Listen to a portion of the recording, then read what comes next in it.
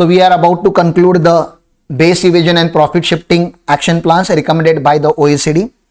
One of the action plan which is really helpful in current world or current market scenario is the developing a multilateral instrument.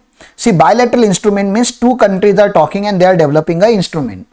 A multilateral instrument is usually developed in G20 summit, OECD summit. You understand? So many countries come forward and they share their experiences, their developments, and according to that, if one country is doing really well in avoiding the tax avoidance, then obviously that particular instrument or that particular law should be adopted equally by all the countries which are forming part of one particular group.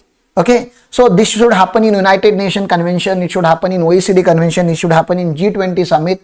So this happens now. It has started happening, and we adopt many multilateral instrument in India also.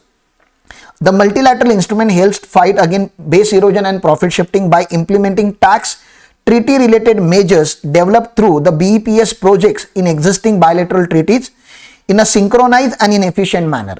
So already you are having bilateral agreements, and when we sign multilateral instrument, please understand, when we sign multilateral instrument, by default multilateral instrument overrides and becomes part of the bilateral instrument. So you don't have to change a treaty of each country. If India is having treaty with 100 countries right now and 100 countries together have signed a multilateral instrument, then by default whatever agreement is signed in that summit will be implemented on all bilateral agreements. Obviously this is something is very important, because if you go and amend each treaty separately, it is going to take tremendous amount of time, and by that time India will lose, or country like India will lose a huge amount of tax revenue. So one shot amendment in multilateral will be applicable to all treaties, that was to those countries who had participated and signed the multilateral instrument. In manner to prevent the treaty abuse, this is done to prevent the treaty abuse, improve the dispute resolution. We are having DRP for that. Okay, to prevent the artificial avoidance of PE status, we have also introduced these provisions in our Indian law. Neutralize the effect of hybrid mismatch arrangement. So hybrid mismatch, as I told you, I will discuss in the Q&A session. What is hybrid mismatch? Hybrid mismatch means nothing but if India it is expenditure, in foreign country it should be income. But in some time what happens, in India it is an expenditure, India will give the exemption, but in foreign country this income is exempted. So neither India nor foreign country got any tax benefit out of it. India had the lost revenue that they would have earned from allowing the expenditure, and foreign country, because they are providing the exemption, obviously it will not become taxable in their hand. This is the principle of coherence. Okay, principle of coherence. So that has to be taken care. So that is hybrid mismatch.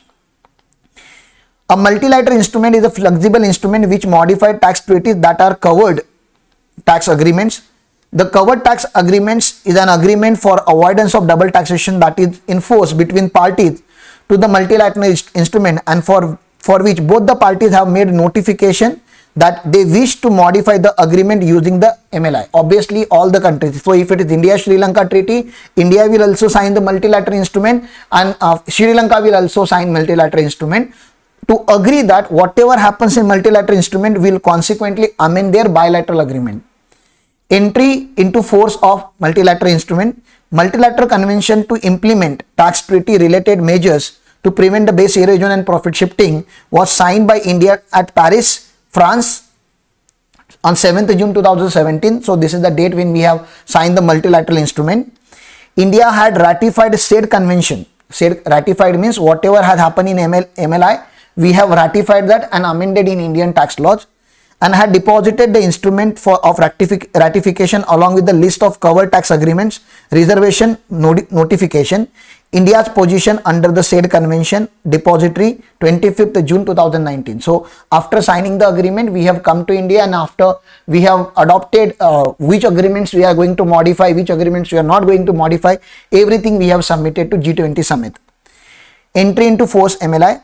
The date of entry into force said convention for India is 1st October 2019, because that's the date when we have accepted all the multilateral instruments signed, being the first day of the month following the expiry of the period of 3 calendar months beginning on 25th June, being the date of deposits by the Indian instrument ratification. So whenever India has deposited, they have the quarterly mechanism. Whatever treaties are signed and submitted in this quarter will become effective from the first day of the next quarter.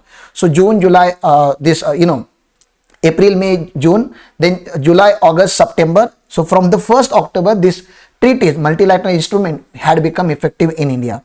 The earliest date when the provisions of the convention can take effect in India is 1st April 2020. So according to that, many provisions you have seen in international taxation has been amended based on multilateral instrument that India has signed in G20 summit. Thank you.